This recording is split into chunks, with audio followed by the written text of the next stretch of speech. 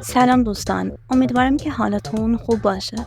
در فصل‌های سرد سال که ابتلا به بیماری‌هایی مثل سرماخوردگی و آنفولانزا ریتم عادی زندگی ما را از بین می‌برد، بهتر است سعی کنیم سیستم ایمنی بدن خود را در برابر این بیماری‌ها مقاوم کنیم و همچنین راهکارهایی را پیدا کنیم که در صورت ابتلا به این دست از بیماری‌ها مدت زمان آن را کوتاه‌تر کنیم و عوارض خطرناک آن مانند عفونت ریه و یا تب بالا را از بین ببریم.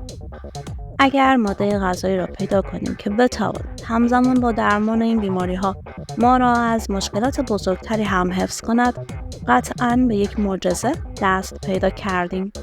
یکی از این خوراکی‌های محبوب انار پخته است. معمولاً همه ما انار را در قالب‌های متفاوت دیگری مصرف کرده‌ایم. حتی غذاهای بسیاری هم با انار و رب انار تهیه می‌شوند. اما لفظ انار پخته می‌تواند کمی عجیب باشد.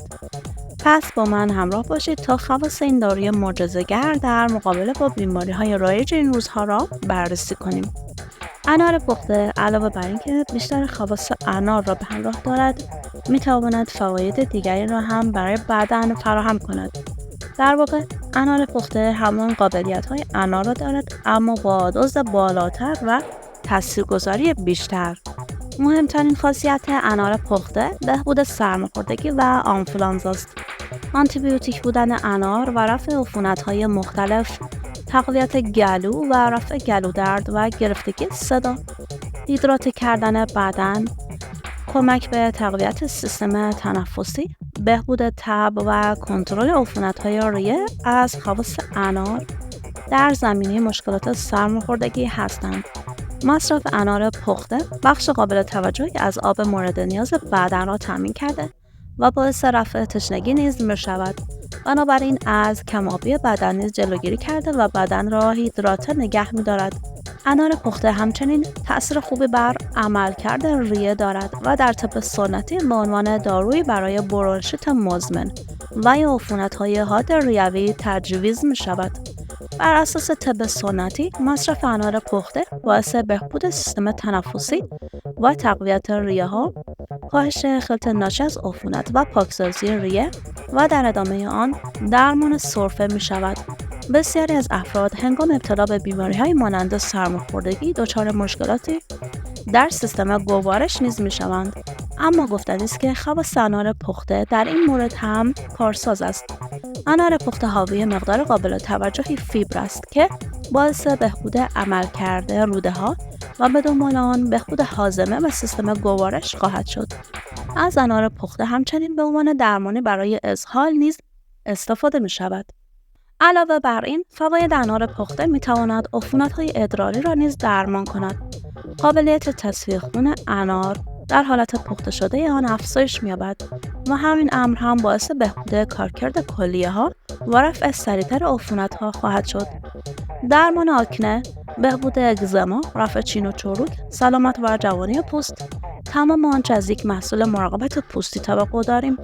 اما چه بهتر که این مراقبت پوستی با مواد طبیعی انجام شود. آنتی اکسیدان و ویتامین C موجود در انار پخته تمام این موارد را برای ما به ارمغان می‌آورند. حتی می توانید از انار پخته به عنوان ماسک صورت هم استفاده کنید.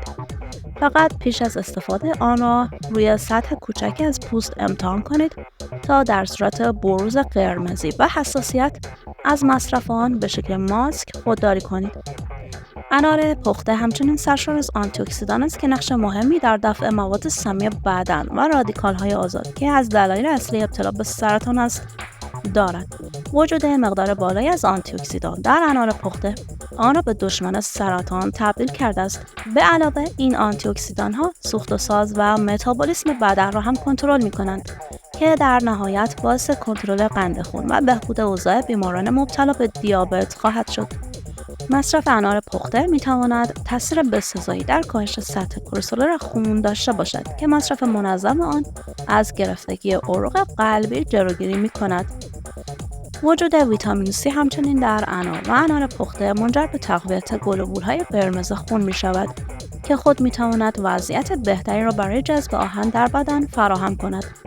سلامتی دهان و دندان، به ویژه بیماری‌های لثه، جلوگیری از تحلیل رفتن استخوان‌ها، به تخیین انداختن دردهای عضلانی، مبارزه با التهابات مختلف بدن، به ویژه التهاب روده و تقویت بدن با مواد معدنی مانند فیبر، آهن، منیزیم، زینک و ویتامین کا از خواص انار و انار پخته هستند.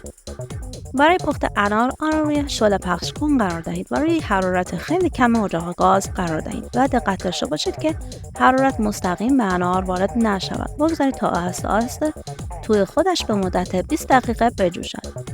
گاهی آن را بچرخانید تا نسوزد و پس از پخته شدن پرده ها و رگه های داخلش را با دانه های پخته شده آن میل نمایید. روش دیگر این است که انار را به شکل آب لمبو شده درآورید و آن را داخل فویل بپیچید و در فر بگذارید تا پخته شود. سپس آب و دانه‌ها و پوست‌های داخلی انار را میل نمایید. برای تاثیرگذاری بیشتر و بهره بردن از فواید انار پخته، آن را به صورت منظم در برنامه غذایی خود قرار دهید. امیدوارم که این ویدیو براتون مفید بوده باشه. اگه اونو دوست داشتین میتونین لایک کنید، کامنت های زیبا بذارید و برای دوستانتون نیز ارسال کنید. سپاس از اینکه با من همراه هستین.